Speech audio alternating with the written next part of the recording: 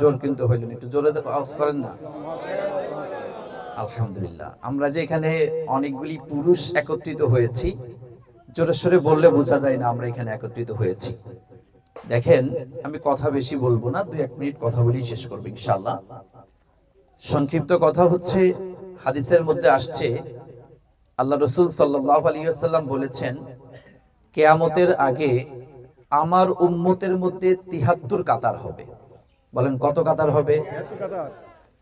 তার মধ্যে 72 কাতার হচ্ছে ভ্রান্ত, আর একটি কাতার হচ্ছে সহি জান্নাতি দল।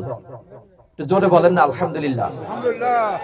আমি আর বাকিটা বলতে চাচ্ছি না, বাকিটা যার যার জায়গা থেকে বুঝে নেবেন।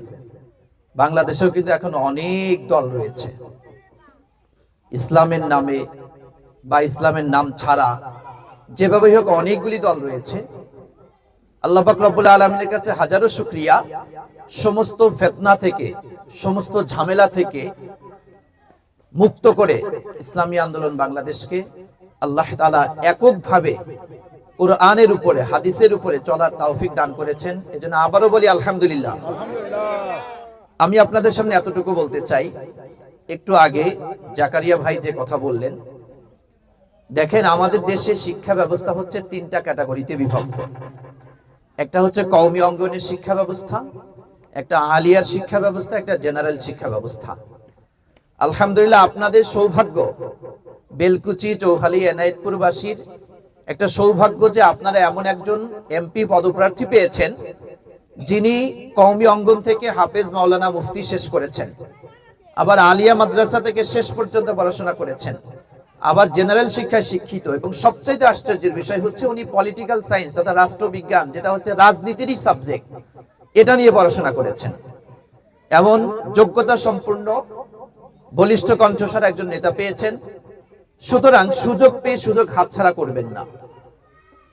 ঢাকা বিশ্ববিদ্যালয়ের শিক্ষার্থী হিসেবে এতটুকু বলতে চাই, দেখেন সংসদে যদি এরকম যোগ্য ব্যক্তিরা যায়, তাহলে একসময় দেশে এই যোগ্য ব্যক্তি কিন্তু কায়েম হবে, যোগ্য ব্যক্তি তৈরি হবে। একটা কথা আছে না, বাপ কা বেটা সেপাই কা ঘোড়া, তথা বাবা যদি ভালো হয় তার সন্তানগুলো যেমনি ভালো হয়, তদ্রুপ ভাবে আপনার এমপি যদি ভালো হয়, এই অঞ্চলটাও কিন্তু আস্তে আস্তে ভালোই হয়ে যাবে ইনশাআল্লাহ। কারণ তিনি তো 3 শিক্ষা ব্যবস্থা সম্পর্কে তার নিজের ধারণা আছে, তার এখানে আর নতুন করে বুঝানোর কিছু নাই যে এই শিক্ষা ব্যবস্থায় এমন বা এই শিক্ষা ব্যবস্থায় এমন, এটা তার বোঝানোর দরকার নাই। তিনি নিজে পড়াশোনা করে আসছেন, তিনি জানেন। সুতরাং আপনারা যদি তাকে নির্বাচিত করেন, এই অঞ্চলে আলহামদুলিল্লাহ অন্তত শিক্ষার জায়গাটা 100 কিন্তু উনি কাজ করতে পারবেন। স্যার আনুষঙ্গিক কাজ তো করবেন ইনশাআল্লাহ। সুতরাং আমি আপনাদেরকে অনুরোধ করব, শেখ মোহাম্মদ নুরুন নবী ভাই যথেষ্ট পরিশ্রমী, যোগ্য ব্যক্তি, নেতৃত্বের জায়গায় একদম 100 দীর্ঘদিন ধরে ভাইয়ের সাথে চলাফেরা, উঠা বসা একান্তই একসাথে চলেছি, সেই জায়গা থেকেই বলছি যথেষ্ট যোগ্য ব্যক্তি।